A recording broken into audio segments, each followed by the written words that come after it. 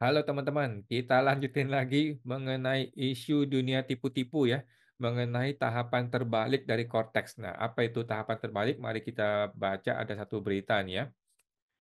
Sebenarnya sih udah sering dibicarakan ya, cuman kali ini betul-betul ada satu berita khusus mengenai tahapan terbalik dari Cortex ya. Ini dari amnesia.id nih. Wah, berita apa ini ya? Luar biasa. Tahapan terbalik Cortex ya. Error, kesalahan proses bisnis dari Cortex. Ini luar biasa. IWPI. Oh, IWPI lagi. IWPI ini banyak bikin ulah ini IWPI ya. IWPI menyoroti kegagalan implementasi Cortex.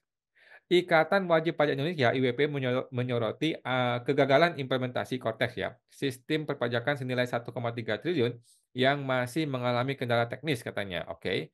Ketua Umum WPI Pak Rinto mengatakan permasalahan utama itu bukan pada teknologinya. Jadi maksud dia teknologinya nggak masalah gitu ya, melainkan kesalahan dalam urutan proses perencanaan dan implementasi sistem tersebut. Oke, maksudnya apa ini? Menurut Rinto, setiap pembuatan software itu harus mengikuti 3 tahapan utama. Satu, proses bisnis, di mana pemerintah harus menetapkan dengan jelas bagaimana sistem perpajakan akan dijalankan. Yang kedua adalah regulasi. Setelah proses bisnisnya teridentifikasi, terdefinisi, regulasi perlu disusun untuk mendukung pelaksanaan prosesnya. Yang ketiga, barulah kita mulai dengan teknologinya. Barulah teknologi dikembangkan atau dicari atau diadakan sesuai dengan kebutuhan yang sudah ditentukan sebelumnya.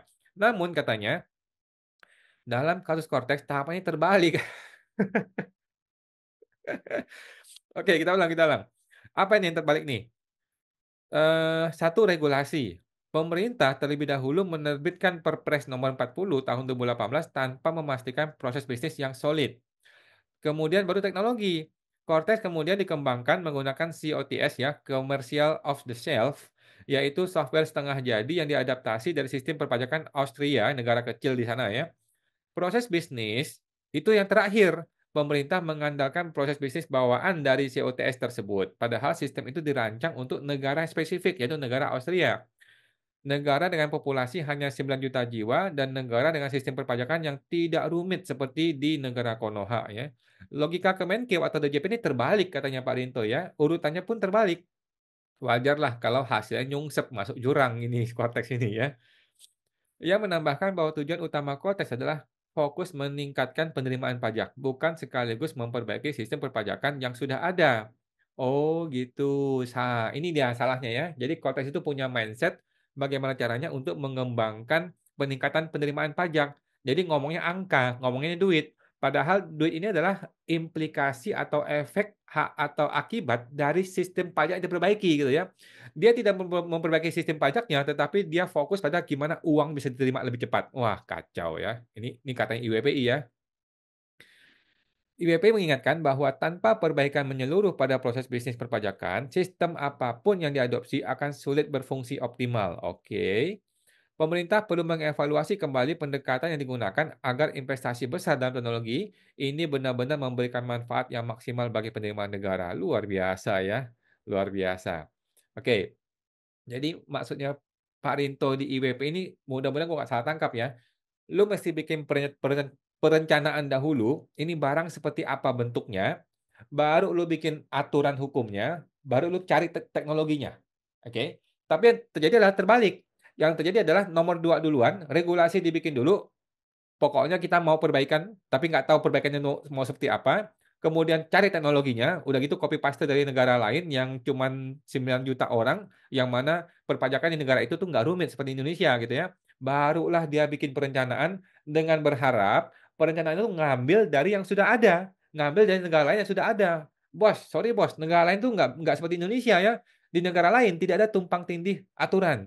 Di negara lain tidak ada yang namanya aturan bisa berlaku mundur, berlaku surut, nggak ada ya. Cuma di Indonesia nih satu-satunya negara PMK berlakunya Februari tetapi berlaku mundur ke Januari. Kan kacau, bingung orangnya. Tapi cuma ada di Indonesia negara seperti itu ya. Sebentar lagi akan ada aturan baru yang namanya perpanjangan PPh final 1 tahun sampai 2025 berlaku yang mungkin di Maret atau di April atau di Mei atau Juni tetapi berlaku mundur ke Januari. Nah, itulah negara kita tercinta ini ya, bisa seperti itu. Di negara lain nggak bisa teman-teman ya, di negara lain nggak bisa. Di negara lain seperti Austria, nggak ada tuh H-6 jam dibikin aturan yang mengobrak-abrik seluruh yang sudah dipersiapkan selama 4 tahun, nggak ada. Cuma ada cuma ada di negara kita tercinta ini ya. Jadi, kekacauan proses bisnis, tahapan terbalik dari konteks inilah yang membuat kekacauan luar biasa dari semua ini. Dan teknisi IT juga bingung ya, teknisi IT-nya Kotes tuh bingung. Gue sudah rencanakan 4 tahun, sudah gue bikin semuanya, dibalak-balik dong dalam waktu 6 jam, bagaimana ceritanya? Ya, semua sudah dirancang selama 4 tahun, dibolak-balikan oleh si oknum-oknum pemerintah ya, sehingga semuanya terjadi kekacauan. Udah gitu tidak ada perencanaan yang jelas. Tidak ada satu, blueprint yang jelas. Ini barang mau dibawa ke mana? Ini barang tuh targetnya apa? Ini barang tuh apa nih? Step by step-nya, proses bisnisnya tuh nggak ada. Sehingga di lapangan yang terjadi adalah setiap kali ada masalah kita perbaiki, ada masalah kita perbaiki, ada masalah kita perbaiki. Perbaikinya bukan dengan perbaiki sistemnya, tetapi kita tutupi dengan masalah yang baru. Oke? Yang sebelumnya bisa menggunakan Cortex, sekarang bisa menggunakan Cortex plus e-faktur. Jadi 2 sistem satu negara. Kacau ya, kacau kacau kacau. Seperti itulah negara kita tercinta, teman-teman ya. Proses terbalik ini tentu saja perlu diaudit oleh lembaga independen dan juga perlu dicek oleh siapa lagi kalau bukan KPK. Nah, bagaimana KPK akan menelusuri proyek abal-abal ini ya, atau diduga abal-abal 1,3 triliun ini? Kita tunggu gerakan KPK. Sampai jumpa, semoga terbantu.